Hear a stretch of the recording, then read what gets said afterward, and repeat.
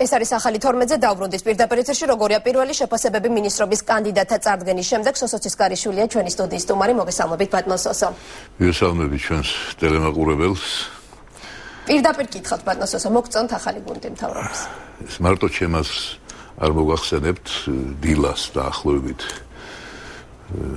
7-8 ადამიანთან მქონდა კონტაქტი და ტრადიციულ კითხვაზე რომელიც ზოგჯერ წამოგცდება კიდეც როგორ ახარ პასუხობდნენ უკეთესად.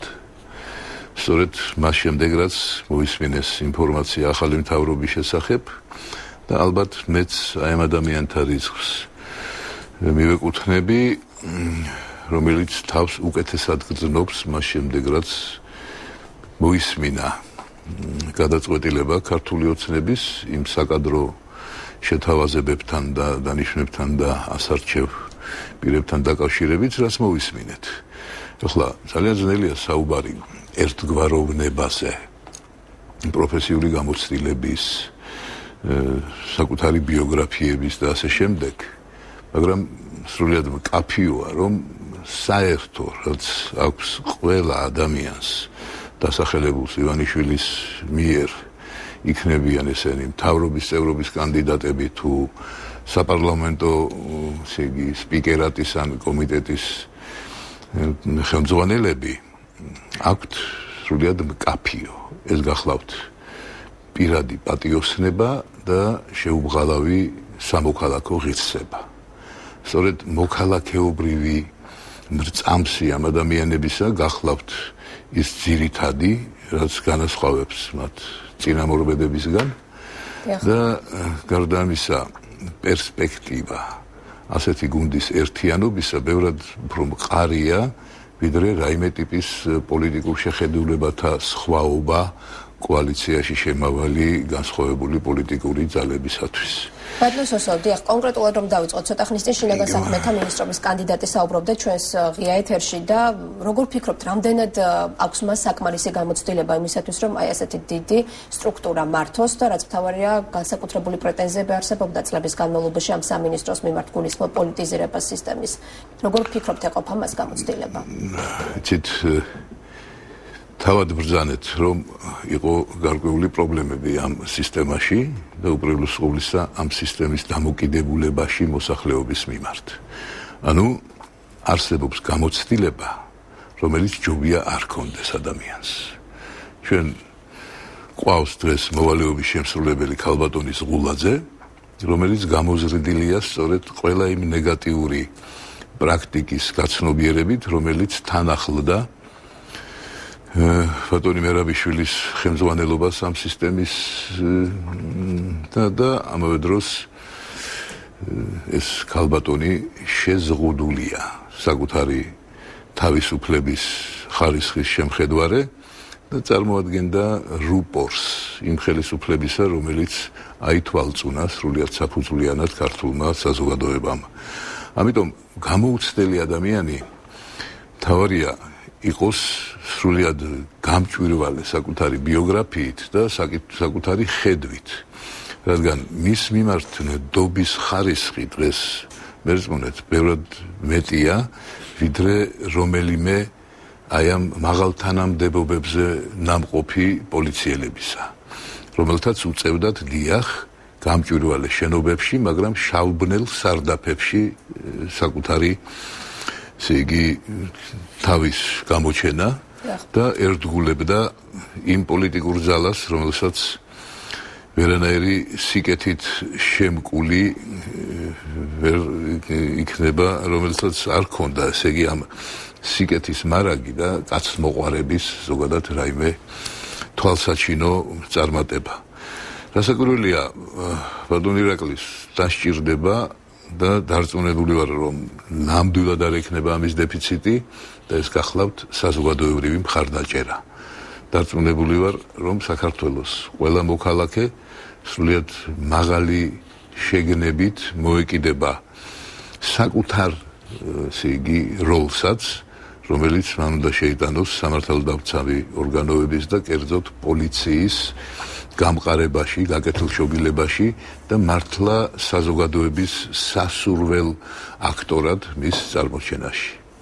ბატონო სოსო, მას შემდეგ რაც ახალი მთავრობა გახდა ცნობილი და რამდენიმე კვირაში დამტკიცდება კიდეც ძალიან ბევრი ადამიანს დღეს აქვს შიში. მე არ გულისხმობ მხოლოდ დეპარტამენტების ხელმძღვანელების დონეზე, ქვედარგოლებშიც კი გულისხმობ სამთავრობო უწყებებს, რომ ისინი დაკარგავენ სამსახურს ახალი მთავრობის მოსვლის შემდეგ. თქვენი აზრით, როგორი უნდა იყოს საკადრო პოლიტიკის თვალსაზრისით ახალი ძალის გეგმა და ამ შემთხვევაში მოქმედების სტრატეგია?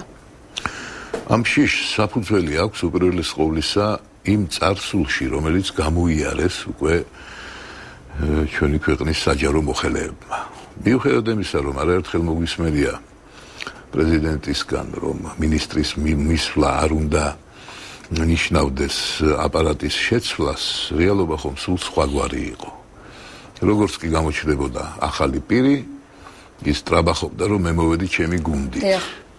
ღმერთმა დაიფაროს ჩვენი ქვეყანა, რომ ახლა ბატონ ღარიბაშვილს აზრად მოუვიდეს, რომ მოდი ეს ათასობით ადამიანი პოლიციიდან გაუშვა და სხვა ათასობით ადამიანი შემოიყვანოს. ამის თეორიული შანსიც არ არის და ამაზე არაერთხელ უსაუბრია თავად ბატონ ბიძინა ივანიშვილს და შიშის ფაქტორი ხო გეუბნებით. სხვა პრაქტიკა არ გააჩნია ვარდების რევოლუციის შემდგომ პერიოდში ჩინოვნიკებად გამხდარ ფენას, რადგან ისინი მოწმენი იყვნენ თავად, როგორ აწერიებდნენ ყველას განცხადებას წასვლაზე, როგორც კი შეიძლებოდა პირველი პირი. და ბევრ მათგანს ასეც უწევდა.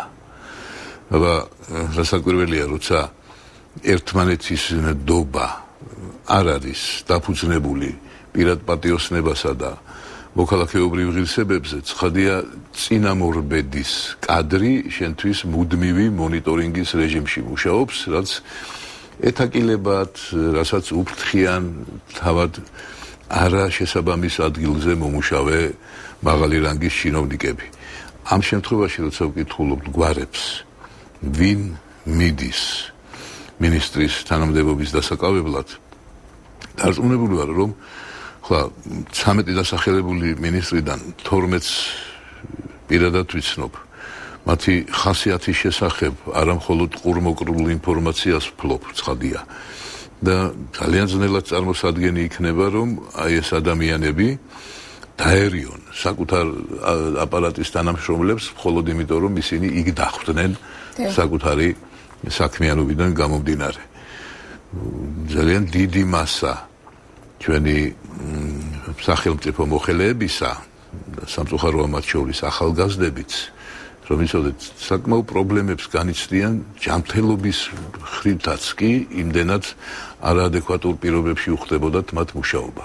სწორედ გაადამიანურება ჩინოვნიკთა ყოფის იქნება აი ამ მართლაც ჰუმანური ადამიანების ვალდებულება, რომლებიც ახალ მთავრობად მაგრამ იგივე შინაგან საქმეთა სამინისტროში მაღალ თანამდებობებზე მყოფი ადამიანები, რომლებსაც გარკვეულწილად მანამდე ოპოზიციაც ამბობდა, რომ შეიძლება დანაშაულებრივი წილი ჰქონდეთ სხვადასხვა საქმეში, ასეთ შემთხვევაში. უკაცრავად, დამნაშავეებისთვის რეცეპტი სხვა გახლავთ, ამას განსხვავებს სხვადასხვა კოდექსი ჩვენი ქვეყნისა, რაც არ უნდა ველურად ჟღერდეს ზოგიერთი მუხლი ჩვენი კოდექსის, ესე იგი, მისი შერბილება სხვა საქმეა, მაგრამ არ გამოყენება ასევე დანაშაული იქნება იმ შემთხვევაში, როდესაც არსებობს მკაფიო დანაშაული, ოღონდ არა დაბრალებული და არა რომელიმე პოლიტიკოსის მიერ, ესე იგი, გაჟღერებული, არამედ იმ სასამართლო სისტემის მიერ შემოთავაზებული,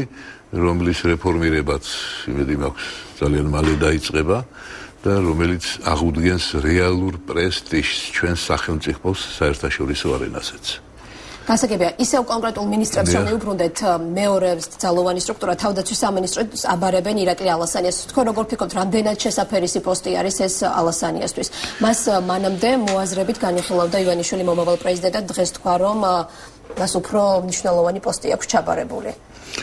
ესე იგი, არ მგონია რომ თუ არსებულ კონსტიტუციურ ვადებს გადავავლებთ თვალს, შეუშალოს რაიმე ერთი წლის მერე ბატონ ირაკლის კანდიდატობა პრეზიდენტისა, თუ ის ამას მოისურვებს, მაგრამ ჩვენთან ყველაზე სავალალო ვითარება ამჟამად ერთმანეთს არის სწორედ თავდაცვაში.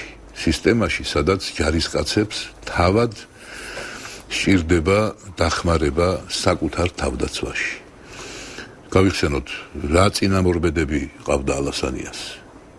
ესე იგი, მოგესალმებათ, რომ კეზერაშვილის, შაშკინის და ესე იგი, ახალაიას პირობებში ძალიან რთულია საუბარი იმაზე, რომ ეს არის სწორედ ის შეერაღებული ძალები, რომელიც სახელმწიფო ინტერესებისთვის და არა რომელიმე კონკრეტული პოლიტიკური ძალის ინტერესებისთვის იყო მობილიზებული. გარდა უამრავი დარღვევისა, რაც შენ კიდევ უფრო ადრინდელი ხანიდან მოსდევს ამ სისტემას ფინანსური კუთხით, როდესაც სრულიად გაუმჭვირვალე ფონდები იქმნებოდა თავდაცვის და მოწმენი ვართ, რა შევიძინეთ და როგორ გამოვიყენეთ, როცა ამის საჭიროება გახდა. ამიტომ მართლაც ყველაზე კრიტიკული მე ვიტყოდი და აუცილებელი სფეროა ძალიან სერიოზული ესე იგი ყურადღებისთვის, მისი საქმიანობის გამჭვირვალობისთვის, ხადია არ მაქვს პრეტენზია სახელმწიფო საიდუმლოებების ცოდნის, მაგრამ ჯარისკაც უნდა დაუბრუნდეს ღირსება. არავისთვის არ იყო საიდუმლო, რომ სწორედ ომის დასრულების შემდეგ, იმიტომ დაინიშნა მინისტრად ახალაია, რომ ჯარისკაცების მიმართ გამოვიყენებინა ის პრაქტიკა, რასაც ის წლების განმავლობაში პატიმრების მიმართ იყენებდა. და აღმოჩნდა კიდეც ციხის საკანში ასეულობით ჯარისკაცი, რომელმაც მოახერხა საკუთარი უნარით გადარჩენილიყო იმ საომარი მოქმედებაში და ესე იგი ხედავთავრების მიერ მიტოვებულნი ბრუნდებოდნენ ვისაც როგორ შეეძლო და როდის შეეძლო საკუთარ ნაწილებში და დეზერტირობის ბრალდებით უამრავი ადამიანი, უამრავი ჯარისკაცი, რომელიც ბუნებრივი აღშფოთების რეჟიმში იმყოფებოდა საკუთარი სარდლების მიმართ, აღმოჩნდნენ ციხის საკანში და ეხლა ყველაფერს ამას არა მხოლოდ მატერიალური და პროფესიული, არამედ ფსიქოლოგიური რეაბილიტაციაც სჭირდება და ამ თვალსაზრისით ბატონი ირაკლი რასაკვირველია საუკეთესო კანდიდატია და უზარმაზარი შრომა უდევს მას წინ. და კიდევ ერთი ელემენტი, ნება მომეცით გავაერთიანო თავდაცვის სამინისტრო ორ სხვა სამინისტროსთან. ეს გახლავთ ესე იგი რეინტეგრაციის სამინისტრო და კულტურის სამინისტრო. აი სამი ასეთი ერთმანეთისგან თითქოს განსხვავებული სამინისტრო იმ კანდიდატურებით, რომლებიც მათ უნდა უხელმძღვანელონ, არის შემთთვის ძალიან საინტერესო და მკაფიო გზავნილი უპირველეს ყოვლისა აფხაზეთში მცხოვრები მოსახლეობისთვის. ეს სამი ადამიანი, რომელიც არასოდეს წყვეტდა ურთიერთობას აფხაზეთთან. ალასანიას შესახებ ბევრია ამის ცნობილი მისი აქტიურობის და მის მიმართ დამოკიდებულების. მე პაატა ზაქარეიშვილს გავიხსენებ, რომელთან ერთად რამოდენიმეჯერ მომიწია საზღვარგარეთ ყოფნა აფხაზეთის არასამთავრობო ორგანიზაციებთან კომუნიკაციებისას. შემიძლია სრული პასუხისმგებლობით ვთქვა, რომ ასეთი ავტორიტეტული ადამიანი აფხაზეთში მცხოვრები არასამთავრობო სექტორის წარმომადგენლებისთვის არ არსებობს საქართველოში სხვა. და ეს გამოიხატება სხვა შორის იმაშიც, რომ როდესაც ჩვენი შეხვედრების შემდეგ აფხაზეთში ბრუნდებოდა ეს ჯგუფი და ცხადია, როგორც ჩანს არ გარისაბარებდნენ იმ ხელისუფლებას, რომლის ნებართვითაც ისინი მონაწილეობდნენ, იწყებოდა ხოლმე გარკვეული პასკვილების გამოქვეყნება აფხაზურ პრესაში, რომ მთლიანად აფხაზურ საზოგადოებაში არ დამკვიდრებულიყო რეალური ავტორიტეტი ბატონი ზაქარეიშვილის. მე მომისმენი არაერთხელ მისი გამოსვლები რუსეთის რადიო საშუალებებით და რეაქცია რუსეთის მოქალაქეებისა მის საუბრებზე. ეს იყო ჩემთვის სრულიად დამაჯერებელი, რომ მისი მოსმენა აინტერესებთ და მის აზრს სერიოზულ მნიშვნელობას ანიჭებენ არა მხოლოდ აფხაზეთში. ჩვენ ვიცით კრიტიკული დამოკიდებულება მის მიმართ, რომელიც უფევს გარკვეულ წრეებში ჩვენი ქვეყნისა, მაგრამ მერწმუნეთ მაშინ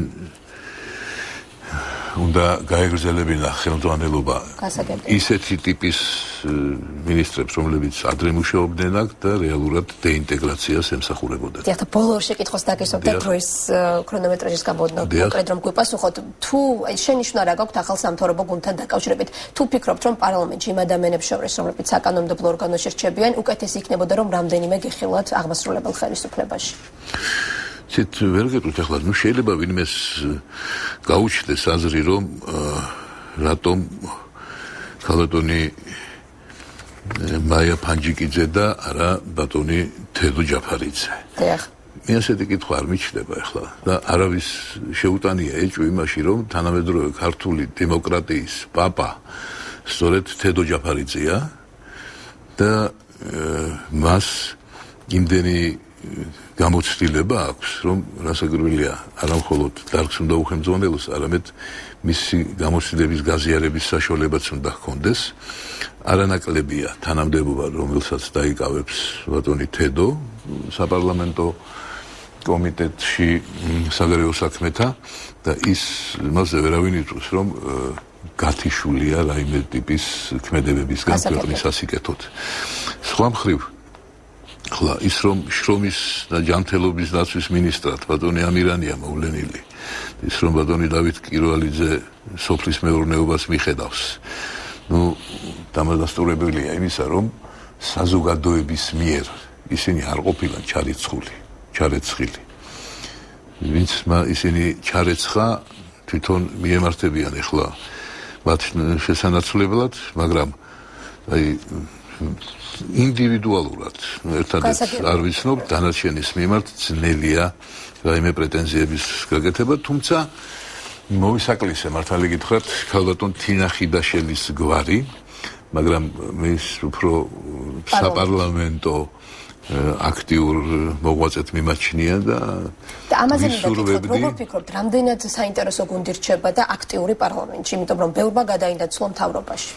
ვერ გეტყვით, ერთ-ერთი ვინც დასახელდა კომიტეტის თავმჯდომარეებად, რასაკვირველია, უღრესად საინტერესო და ძალიან მარტივად ჩამნაცვლებელი ადამიანები არიან იმ სიაში, რომელიც გამოქვეყნდა როგორც მთავრობისა. ძალიან დიდი მადლობა, სოსო ცისკარიშვილი პასუხობდა ჩვენ შეკითხვებს პირდაპირ ეთერში.